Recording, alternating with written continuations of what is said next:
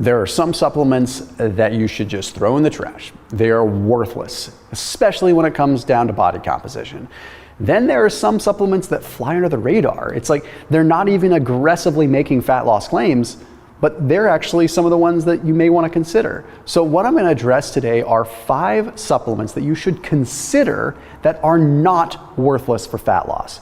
Does this mean you take all of them? No, this is informational. These are ones that you probably could look into and consider taking that aren't going to be a complete and total waste of your time and money. So let's go ahead and dive in. The first one is one that's kind of interesting because it's constantly up for debate, and this is carnitine. Now I want to dive into this one a little bit because carnitine is very, very, very critical in our bodies. Okay, 98% of the carnitine that is in our bodies is stored in our muscles. We endogenously produce carnitine, right?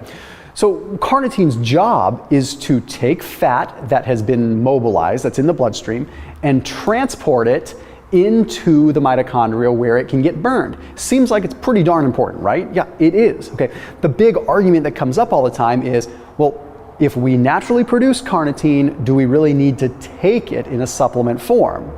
And begs the question once again, maybe it's only important if you're deficient in carnitine. But I'll get to it in a second. Being deficient in carnitine may be a lot more common than you think. So let's break down a study really quick, because I like to look at big meta-analysis to justify things. This study was published in the journal Obesity Reviews. It took a look at 9 randomized controlled trials, okay, with over 900 participants. So it looked at a lot of data. And the cool thing about this meta-analysis is it took a look at a wide range of people. Obese people, lean people, people with bipolar, diabetic people, all kinds of different walks of life. And when they backed out all the data and looked at this, said, wow, it does look like carnitine supplementation may lead to a pretty solid fat loss. In fact, on average, it was like 1.33 kilograms of fat loss with the carnitine group in all but one study. So pretty interesting, right? So then what's the deal here? What's the actual mechanism? What's happening? I think it's important to know. Okay, when a fatty acid is in our bloodstream, it needs to get into the mitochondria in order to get burned. So first it goes into the cell. Okay, and when it goes into the cell, it turns into what is called fatty acyl coenzyme A.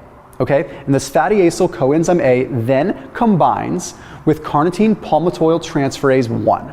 And that makes fatty acyl carnitine as well as coenzyme A. Okay, so this carnitine palmitoyl transferase, CPT1, that came in and acted upon the fatty acid, then turns it into something that can get into the mitochondria.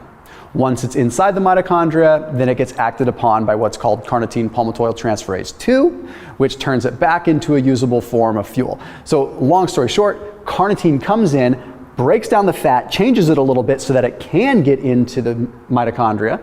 Without carnitine, the fatty acid cannot get into the mitochondria to get burned. It is the rate limiting step. So if we are deficient in carnitine, it really can aggressively slow down fat loss. So then it comes back to the question, but if we're not deficient in it, we don't have a problem. Correct, but carnitine is created from lysine and created from methionine, okay? So any deficiency in those aminos from proteins, plant-based proteins, whatever, can cause this issue. Also, vitamin C, iron issues can cause the same problem. But one of the most important things to note is if you are exercising at 75% of your VO2 max, doing that workout for a while can deplete 80% of your carnitine stores, and it happens faster than you may think. So what I'm suggesting here is if you're working out intensely, you might want to consider adding carnitine in. It might not be a bad thing, and it's ruthlessly inexpensive. Okay, the next one is green tea extract. Now, there's a lot of evidence on green tea extract, and it's actually one that I typically like to play around with too. You have the combination of caffeine, which you know is a good fat burner, and then you have catechins. Okay, so let's take a look at a study first. So there's a study that was published in the journal Obesity Reviews again. It took a look at 6 studies, so it was another meta-analysis. Okay, and it took a look at a mix of caffeine and catechin, okay, and in this case, probably looking at EGCG. They found there was a 4.7% increase in energy expenditure and a 16% increase in fatty acid utilization. Okay, so an increase in energy that's being expended plus an increase in the majority of fuel that's being used as, like fat that's being used as fuel. I'm pretty sold right then and there, but that's just one study. Let's take a look at how this could potentially be working in the body. So EGCG, the main catechin in green tea, may actually enhance thermogenesis within our brown fat. So brown fat is the fat that's on our body that dissipates calories as heat. It's not like unsightly white fat, it's actually metabolically active. So if we increase the thermogenesis of it, we're increasing the heat of the already hotter brown fat, allowing us to burn more calories just as heat, instead of having to exercise for them, if that makes sense. There's also an increase in PGC1A, helping mitochondrial biogenesis, an increase in AMPK. AMPK is the energy sensor within our body, and if we increase that AMPK, it tells the body, hey, we need to start liberating fats because there's low energy in the body. So an increase in AMPK means your body starts pulling from its stores better, which is exactly what we want in the way of fat loss. And then of course the caffeine that's in green tea is going to be good because it's a nervous system stimulant that's going to encourage more brown adipose tissue to ultimately be more thermogenic and more active. This next one is never really marketed as a fat loss supplement. And I am personally a fan of it because it's what I use, right? I play around with these. I am a fan of adding probiotics into the mix. Now, interestingly enough, probiotics themselves don't burn fat. Okay, but what could play a role in better energy substrate utilization, better glucose utilization, better fat utilization, are our short chain fatty acids. Okay, when we break down food and fibers, a diverse microbiome, meaning having good plethora of diverse amounts of bacteria, they break down that plant matter, those polysaccharides, and that turns into short chain fatty acids. Okay, short chain fatty acids are the byproduct of bacteria feeding on food. Okay, so short chain fatty acids are a signaling device, and that's where the evidence gets pretty interesting. So short chain fatty acids as a signaling device can improve fatty acid utilization. So fatty acid oxidation in the muscle, in the liver, in the brown adipose tissue, but additionally short chain fatty acids have been demonstrated to drive up AMPK. The same thing I just mentioned, drives up that energy sensor, so the body becomes a little bit more conditioned to start tapping into stored fuels. And then short chain fatty acids, when we have an abundance of them, can contribute to better glucose utilization by activating hormone PYY and also glucagon-like peptide 1. So essentially, you're not necessarily burning fat better, but having a diverse microbiome could play a big role in helping you use fuels better, which I think in some ways you could extrapolate that it could help you burn some fat. If you want to know the probiotic that I personally recommend, they're also a sponsor on this channel. It is called Seed, and it is a daily symbiotic, so it means it has a prebiotic and a probiotic. If you look at it, it's pretty cool. It has like a capsule inside of a capsule, sort of a two-stage system. So anyway, they are a big sponsor on this channel. They did sponsor this video. Not saying that they're magically going to burn fat, but it's what I utilize, and I find the science very interesting when you look at the big picture. So there is a link down below that can save you 15% off if you do want to try it. It's pretty awesome. It might be worth checking out if you're interested in the gut health and the microbiome. Plus, they're funding a lot of awesome microbiome research, which makes them pretty darn cool. So that link is down below in the description. Okay, this next one is CLA, conjugated linoleic acid. Now CLA, again, comes under fire a lot. Why? Well, because its fat loss potential isn't huge, but it's consistent when you look at the research.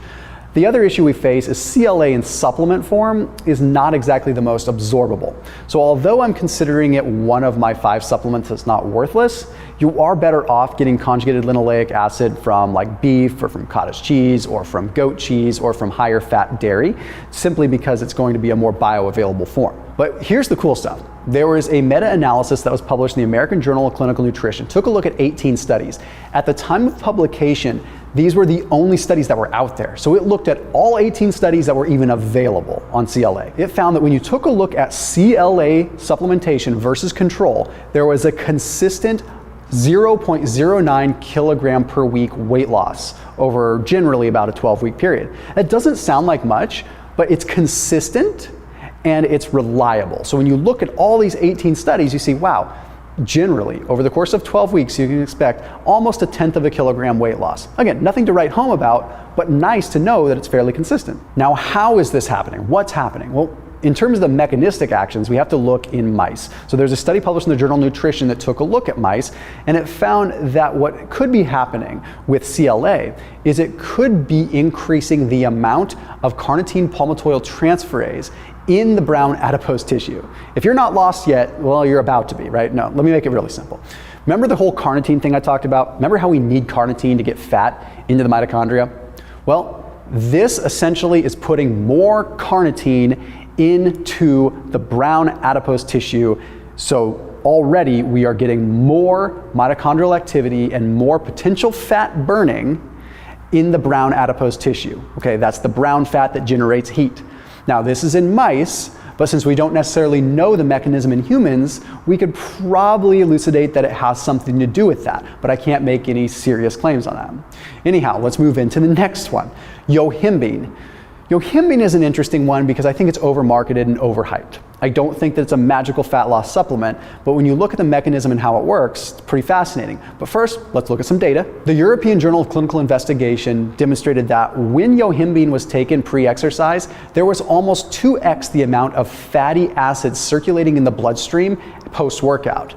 So it liberated twice as much fat. It really stimulated lipolysis. And the way that it does this is it's an alpha-2 antagonist, which means that it binds to what is called the alpha-2 or A2 adrenergic receptor.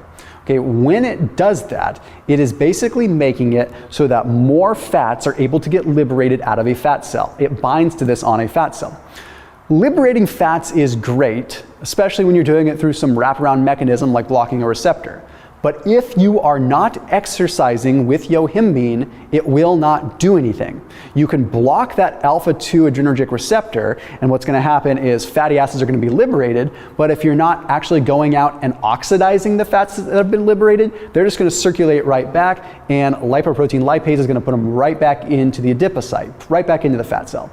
So what that means is if you take yohimbine, work out. If you take yohimbine, do cardio. As always, keep it locked in here on my channel. I'll see you tomorrow.